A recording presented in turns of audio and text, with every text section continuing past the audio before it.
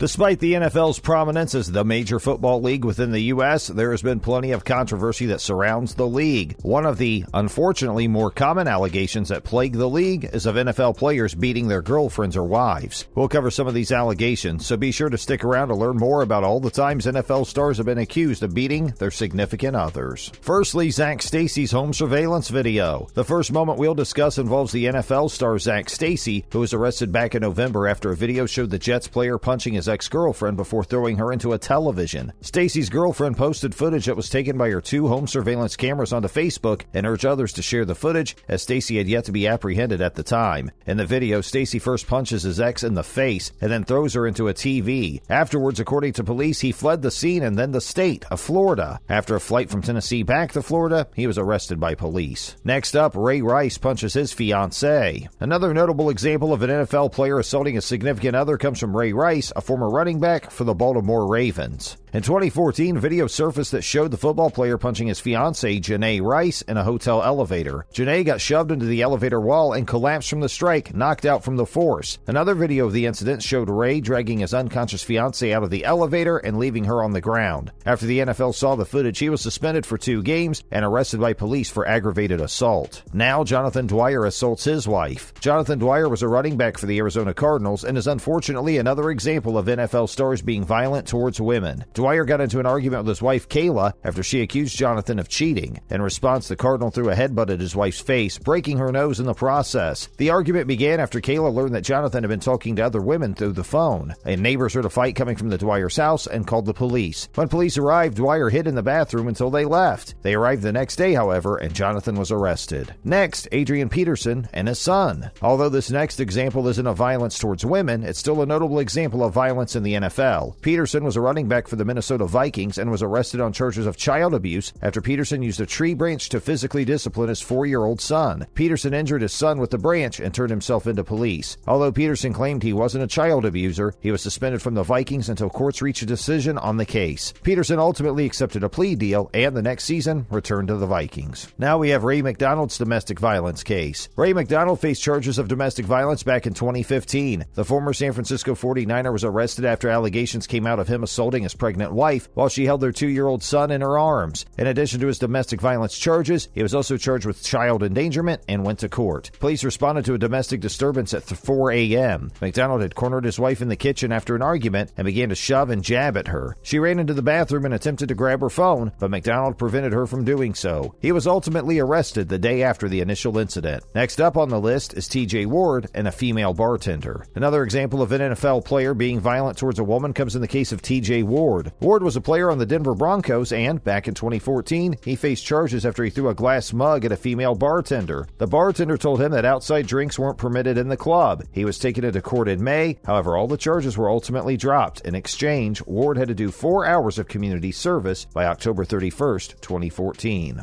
Next, Greg Hardy threatens girlfriend. Greg Hardy, a player on the Carolina Panthers, was arrested back in 2014 for assaulting and threatening his girlfriend at the time, Nicole Holder. According to the NFL website, Hardy threw Holder into the bathroom, then dragged her back out into the bedroom and choked her. Following this, Hardy then threw his girlfriend onto a couch that had several firearms on it before threatening her if she told anyone about the fight. He was found guilty on both charges and was initially allowed to continue playing on the Panthers until his conviction. However, he agreed to be exempted from the team on September 17th of that year. It's unfortunate that there have been plenty of cases of NFL players assaulting their wives, women, or simply people close to them. Events like Ward throwing a glass mug at a bartender after being told he can't have outside drinks, and players like Hardy and Rice physically assaulting their significant others have plagued the league. There are still more moments to cover, however, so be sure to stay tuned. Next up is A.J. Jefferson, domestic assault. The next incident we'll talk about involves A.J. Jefferson, a cornerback for the Minnesota Vikings. Jefferson and his unnamed girlfriend became embroiled in an argument after a night out, and things became very heated between the two. Jefferson went to a guest room in their home and tried to text his girlfriend. She didn't respond to his text, however, and Jefferson went to confront her. The NFL player then began to strangle her and threw her out of the bed, leaving her unable to breathe. He was later arrested by police and quickly cut off the Vikings team, but was later reinstated onto the team. Now, Adam Jones assaults a woman. Adam Jones was a player for the Cincinnati Bengals and was a cornerback for the Ohio team. On June 5th of 2013, the player faced charges of assault after he punched and kicked a woman in the head until she was unconscious outside of a nightclub. He was quickly apprehended by the police and was charged with misdemeanor assault, which he pleaded not guilty to.